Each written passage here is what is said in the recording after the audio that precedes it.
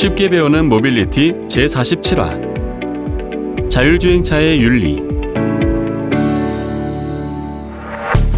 모빌리티 기술의 발전은 새로운 윤리적 문제를 낳을 수 있습니다. 미래 모빌리티 기술의 핵심인 자율주행 기술의 예를 들어보겠습니다. 2022년 정부는 모빌리티 혁신 로드맵을 발표했습니다. 2025년까지 완전 자율주행 버스와 택시를 출시하고 2027년까지는 완전 자율주행 승용차를 출시하겠다는 목표를 담았습니다. 2035년 완전 자율주행이 대중화되면 도로 혼잡도가 완화되어 이동 시간이 줄고 교통사고 사망자도 크게 줄 것으로 기대하고 있습니다. 자율주행차는 이처럼 편리한 기술이지만 아직은 안전에 대한 우려를 완전히 불식하지 못하고 있습니다. 2018년 우버는 자율주행차 테스트 도중 자전거를 끌고 보행 중인 사람을 발견하지 못하여 사망사고를 냈습니다. 자율주행차 첫 사망사고였습니다. 같은 해 구글 웨이모의 자율주행차도 다른 차량과 충돌하는 사고가 났습니다. 같은 해 테슬라 모델 S 차량도 정차돼 있던 소방차 후미를 들이받고 사망사고를 냈습니다. 이처럼 자율주행차가 사고를 낼 경우에는 까다로운 윤리적 문제가 대두됩니다. 그중 하나가 자율주행차가 이른바 트롤리 문제를 어떻게 해결해야 하는가라는 것입니다. 트롤리 문제는 윤리학에서 유명한 사고 실험입니다.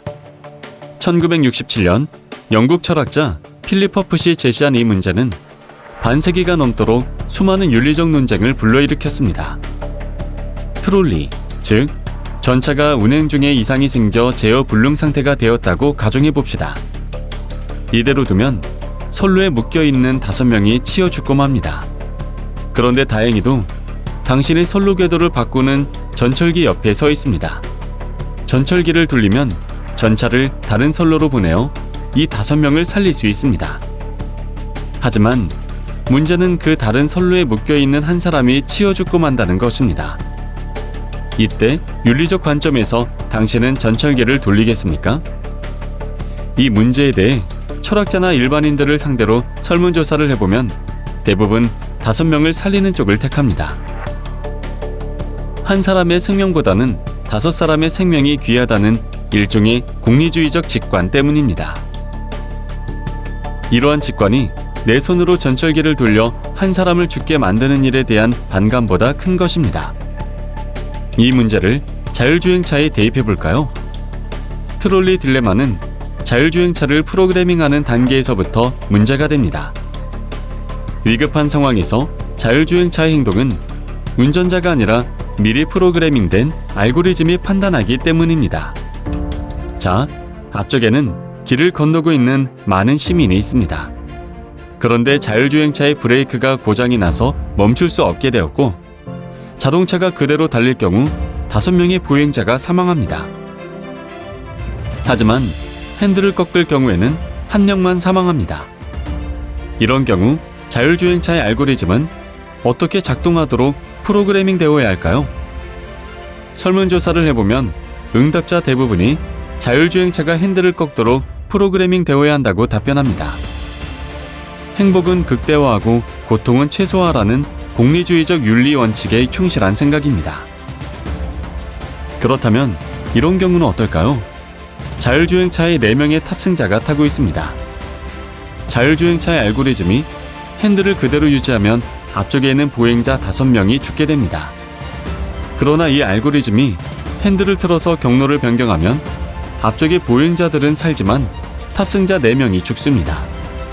이 경우에 자율주행차는 과연 어떤 알고리즘으로 프로그래밍하는 것이 맞겠습니까?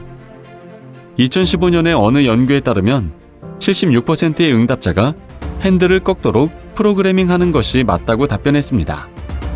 이러한 답변 역시 탑승자 4사람이 죽더라도 보행자 5사람을 살리는 게 더 윤리적이라는 공리주의적인 답변입니다. 하지만 여러분이 자율주행차를 구입하는 소비자라면 탑승자인 자신이 죽도록 프로그래밍된 이런 자동차를 구입하겠습니까? 이 연구에서 자율주행차가 보행자들을 살리도록 프로그래밍 되는 것이 옳다고 답변한 응답자들에게 다시 물었습니다. 그렇다면 이렇게 프로그래밍된 자율주행차를 사겠는가라고 말입니다. 그랬더니 50%의 응답자가 절대 사지 않겠다고 답변했습니다. 이것은 딜레마입니다. 자신이 윤리적으로 옳다고 생각하는 알고리즘이 적용된 자율주행차를 사지는 않겠다는 일종의 모순이 발생하는 것입니다. 그렇다면 자율주행차 생산자는 과연 이런 알고리즘이 적용된 차량을 시장에 내놓을 수 있을까요? 이처럼 자율주행차의 알고리즘을 윤리적으로 설계하는 문제는 단순하지 않습니다. 그저 설문조사로 해결할 수도 없고, 그렇다고 기업이나 개발자가 일방적으로 결정할 수도 없습니다. 심지어 국회나 정부가 법과 제도로 정해버린다고 해결될 수 있는 문제도 아닙니다. 자율주행차의 트롤리 딜레마에서 드러나듯이 모빌리티 기술을 둘러싸고 새로운 윤리적 문제들이 나타날 수 있고, 이로부터 새로운 법률적이고 정치적인 문제들이 파생할 수 있습니다.